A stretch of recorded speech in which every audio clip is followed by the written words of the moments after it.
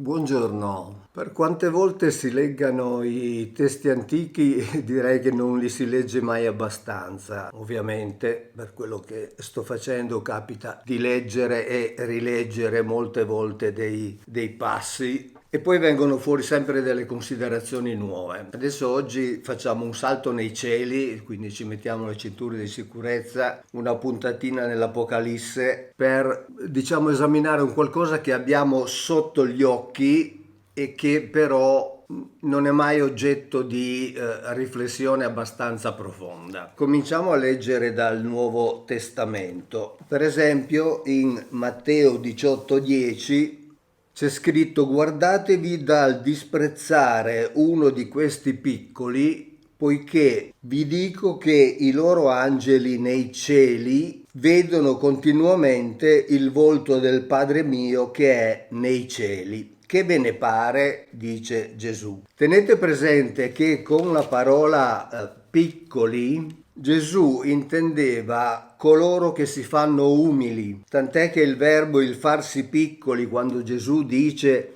in verità vi dico, se non vi convertirete e non diventerete come i fanciulli, e il verbo che è il tapeino, lui dice tapeino sei, chiunque si farà piccolo, intende che si farà umile, cioè si fa piccolo, si fa umile, cioè non si superbisce.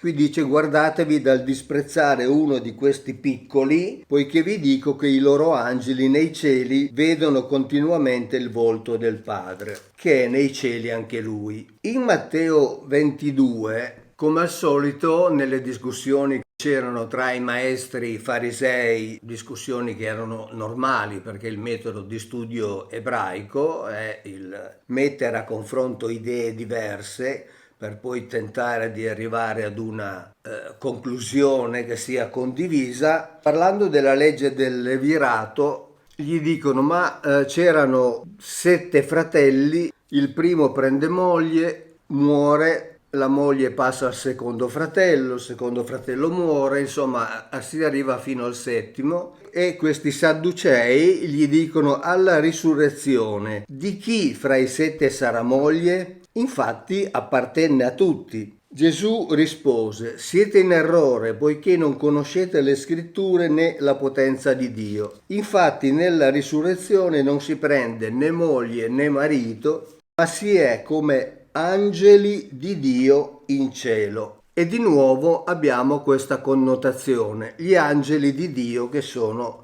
in cielo. Andiamo avanti. Quando stanno per catturare Gesù, sapete, uno dei suoi, quando è nel giardino del Getsemani, prende una spada, la sfoderò e colpì un servo del sommo sacerdote amputandogli l'orecchio. Allora dice a lui Gesù: rimetti la spada al suo posto, poiché tutti quelli che mettono mano alla spada di spada periranno. O credi che io non possa pregare il Padre mio che mi darebbe subito più di 12 legioni di angeli? Abbiamo capito bene, più di 12 legioni di angeli. Proseguiamo con la nostra lettura. In Giovanni, capitolo 8, disse Gesù: io vado e voi mi cercherete, ma morirete nel vostro peccato. Dove io vado, voi non potete venire. Dissero allora i giudei: forse si ucciderà dal momento che dice dove io vado voi non potete venire? Diceva loro: voi siete dal basso, io sono dall'alto.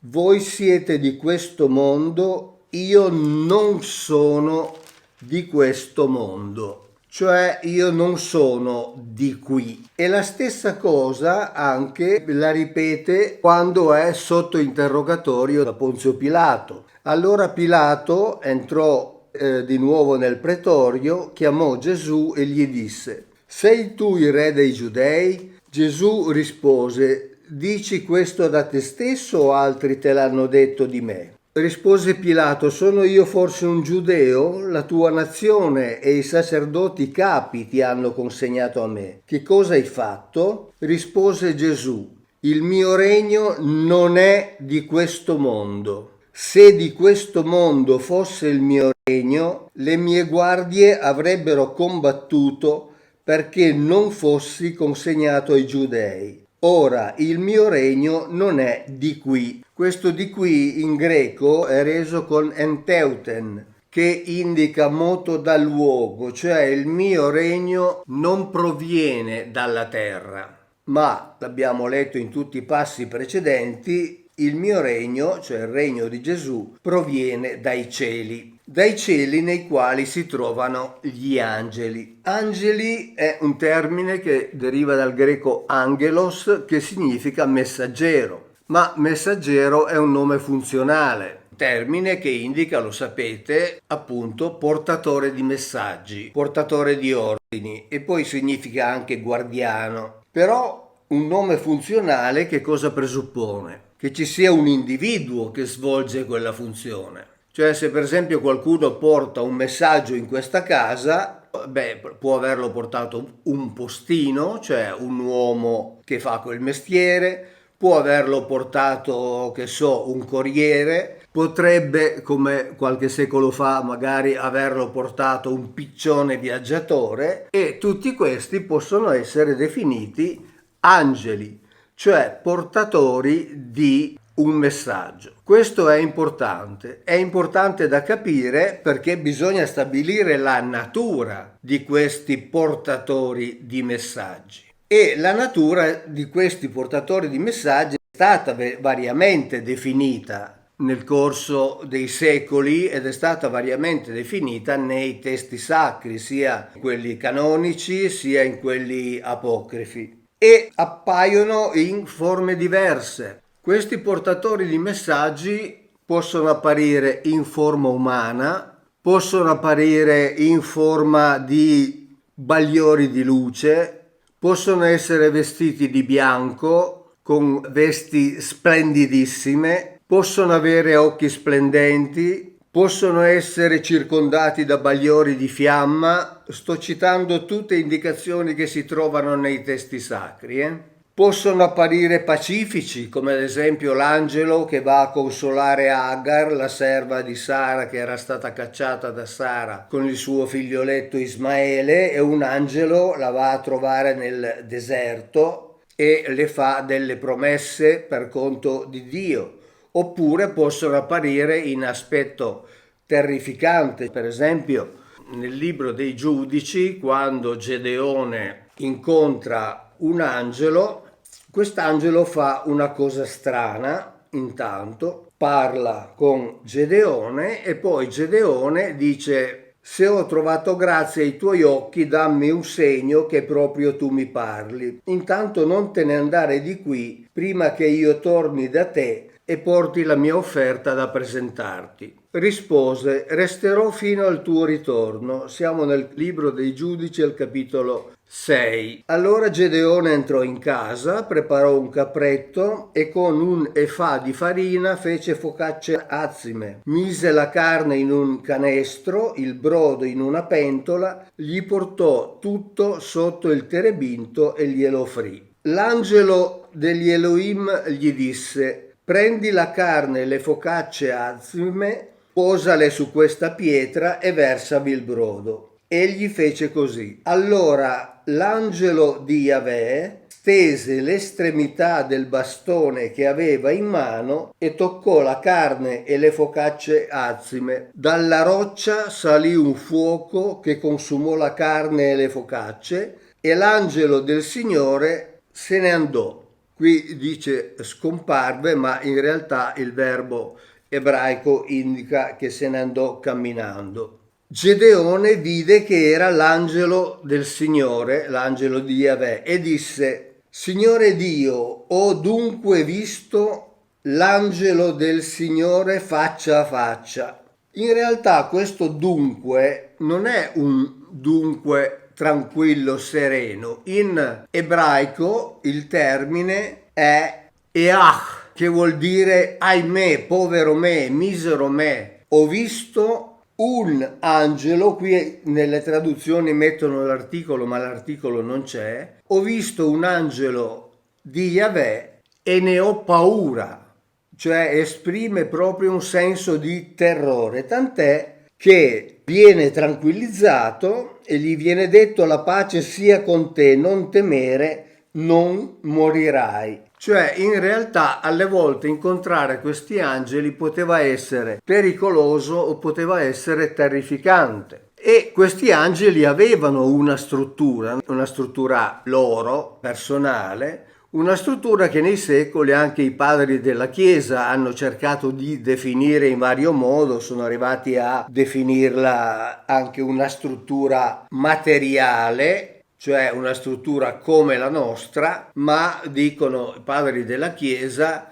una materia più sottile, una materia per esempio ignea oppure eterea. Sono diventati esseri spirituali soltanto al quarto concilio lateranense che si è tenuto nel 1215. Quindi in realtà la spiritualità degli angeli è stata definita molti secoli dopo che sono stati descritti in questi testi che abbiamo visto. Una struttura per esempio un po' particolare di un messaggero, che così viene definito anche nella tradizione della teologia, che è il serpente, quello che ha tentato Eva, che viene definito appunto in vario modo. E vi leggo una curiosità dall'Apocalisse di Mosè sulla forma e sulla struttura di questo personaggio. Quando lui tenta Eva e, come sappiamo, ci riesce, viene punito. E Dio gli dice: poiché tu hai fatto questo agendo come un perfido strumento, ingannando degli innocenti, sia tu maledetto tra tutti gli animali. Sarai privato del cibo che eri solito mangiare, mangerai polvere per tutta la tua vita, striscerai sul petto e sul ventre, privato di mani e di piedi. Non ti resterà né un orecchio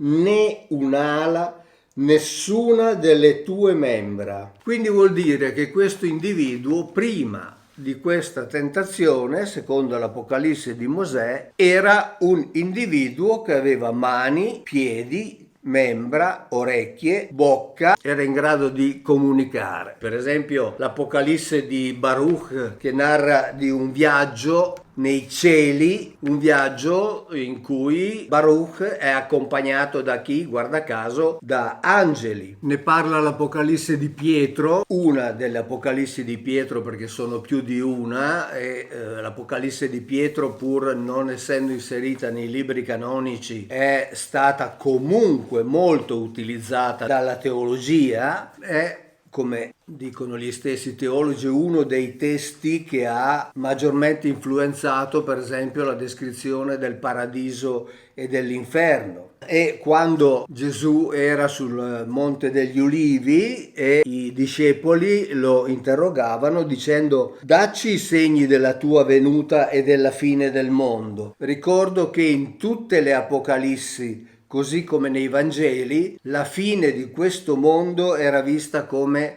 assolutamente imminente. Mai riguardava un futuro lontano, riguardava un futuro immediato, cioè la si attendeva, come dire, da un giorno all'altro. E lui dice, tra i vari segni: così arriverò sulle nubi del cielo, con grande esercito, nella mia maestà. Arriverò nella mia maestà preceduto dalla mia croce, arriverò nella mia maestà con tutti i miei angeli, fulgido 7 volte più del sole. Quindi anche qui si parla di angeli, cioè di esercito di angeli che arriveranno con lui. Vi ho letto alcuni passi dalle Apocalissi apocrife, ma se noi prendiamo anche l'Apocalisse di Giovanni, che è quella che è stata ritenuta invece canonica, cioè inseribile nei testi ai quali bisogna credere, perché è la più completa, anche la più complessa, quella che si presta a vari tipi di interpretazioni. Adesso non voglio entrare nel merito, però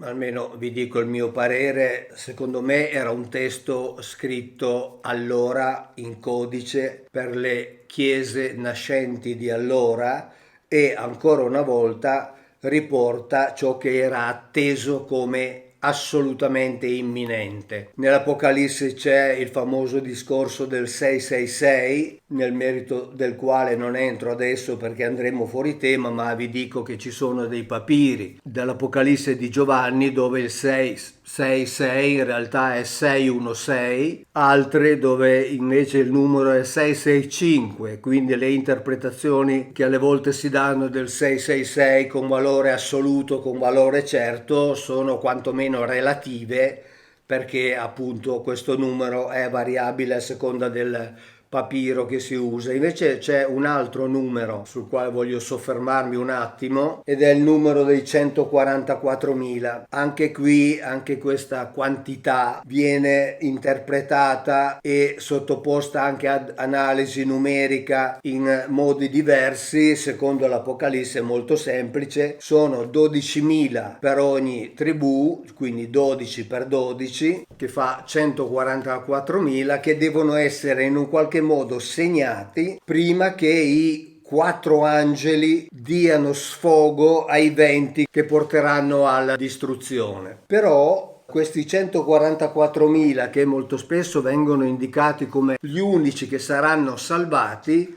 in realtà sono una parte speciale, quelli che saliranno, o se preferite, che entreranno nella Gerusalemme celeste. E anche qui questa Gerusalemme celeste potrebbe avere un significato legato al fatto che tutti questi angeli e Gesù Cristo hanno un regno che non è di questa terra, ma che è di altre parti, cioè che è un regno dei cieli. E dopo aver enumerato i 144.000, Giovanni dice: poi vidi ed ecco una gran moltitudine che nessuno era in grado di contare, di tutte le nazioni e tribù e popoli e lingue. Stavano innanzi al trono e all'agnello ricoperti di bianche vesti e nelle loro mani delle palme e pregavano a gran voce. E tutti gli angeli stavano intorno al trono e con essi i vegliardi, eccetera.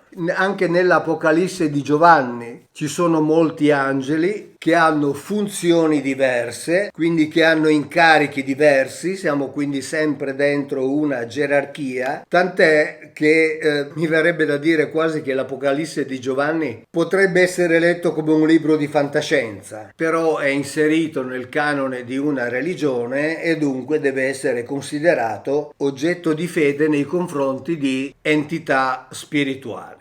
E dicevo divengono puri spiriti soltanto nel 1215. Ma riflettiamoci bene, tutte queste descrizioni non vi ricordano delle descrizioni fatte da persone che dicono di aver incontrato dei personaggi strani che noi definiamo extraterrestri? Vi ho letto prima che nei Vangeli degli angeli si dice sempre che sono nei cieli e poi vengono sulla terra. Gesù dice che il suo regno non è di questo mondo, meglio, che il suo regno non proviene da questo mondo. Gesù dice che ha a disposizione delle intere legioni di angeli, cioè quindi degli interi eserciti, e difatti gli angeli sono stati divisi dalla tradizione religiosa nelle categorie cherubini, serafini, i troni, le virtù, le dominazioni, le potenze, gli arcangeli e gli angeli. Noi conosciamo anche, perché sono scritti, i nomi di molti angeli, sono scritti nei Vangeli,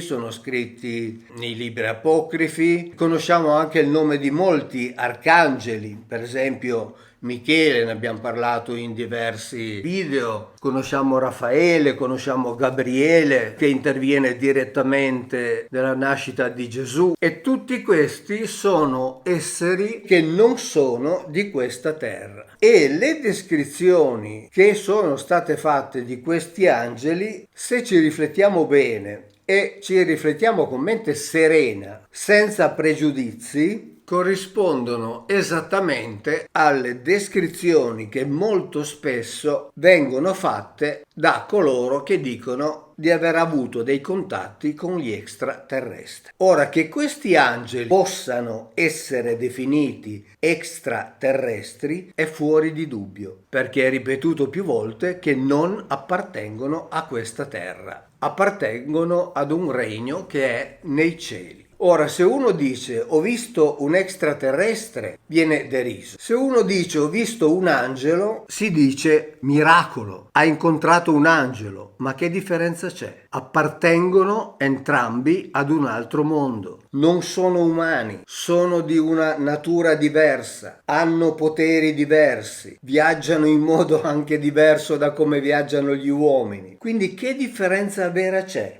È soltanto una differenza ideologica, una differenza teologica, una differenza di fede, una differenza di credo, ma dal punto di vista oggettivo non c'è nessuna differenza. Il fatto è che gli angeli erano diventati anche oggetto di culto che viene addirittura vietato nel Sinodo di Laodicea nel 363-364 d.C., dove si vieta espressamente il culto riservato agli angeli. Noi siamo quindi di fronte ad una situazione che ha del paradossale. Ci sono nella religione degli esseri che indubitabilmente non appartengono a questa terra, ma appartengono ad un regno dei cieli. Dall'altra parte siamo di fronte a migliaia di persone che dicono di aver incontrato degli extraterrestri, cioè in entrambi i casi dei non umani, ma nell'altro caso è una stupidaggine, è frutto della stupidità della persona o addirittura della falsità della persona che si inventa le cose, ma in realtà non c'è nessuna differenza. Gesù stesso dice il mio regno non è di questa terra. Quindi quando si parla del cristianesimo si può tranquillamente dire che il cristianesimo crede nella esistenza di esseri extraterrestri. Questo bisogna averlo molto chiaro. Lo so che è un po' difficile da digerire, basta fare questo minimo ragionamento logico e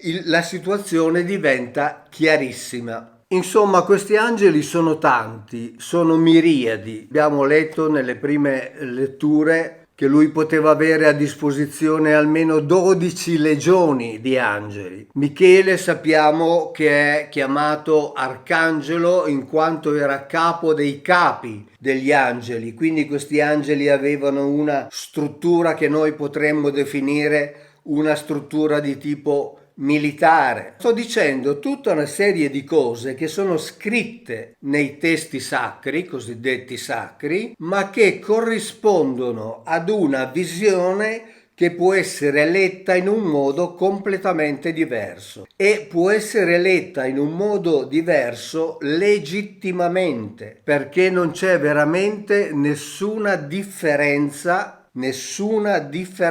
La differenza sta solo nella fede e questa io non la discuto. Faccio un paragone oggettivo tra ciò che dicono gli antichi testimoni, diciamo così, e ciò che dicono i testimoni a noi contemporanei. Gli antichi testimoni li chiamavano angeli, i nuovi testimoni li chiamano extraterrestri, ma gli angeli sono sempre definiti come individui non di questa terra, ma appartenenti ad un regno diverso, un regno nel quale erano divisi in gerarchie militari che avevano i loro capi. Il Sinodo di Laodicea ne ha proibito il culto, addirittura lo ha definito culto idolatrico, ha stabilito che chi adorava gli angeli compiva in realtà una idolatria. Dice il Sinodo sia su di lui anatema. Quindi in realtà, almeno per quanto riguarda il Sinodo, non erano visti come esseri spirituali ai quali fosse giusto, fosse necessario dedicare un culto. Ricordo, sono diventati spirituali soltanto nel 1215. E almeno la domanda ce la dobbiamo porre. Che differenza c'è? Che differenza c'è tra gli antichi angeli e i moderni extraterrestri? Chi è in grado di definirla? Chi è in grado di definirla con precisione e con assoluta certezza? Nessuno. Entrambi sono alieni, che vuol dire diversi, diversi dalla natura umana, diversi dal comportamento umano. E volendo, come al solito, fare finta che sia vero ciò che dice la teologia, mi verrebbe da dire che ogni cristiano, ogni credente, nella teologia cristiana almeno, dovrebbe stare molto attento a trattare molto bene e ad avere o a cercare di stabilire il miglior rapporto possibile con il suo alieno custode. Ciao, grazie e alla prossima.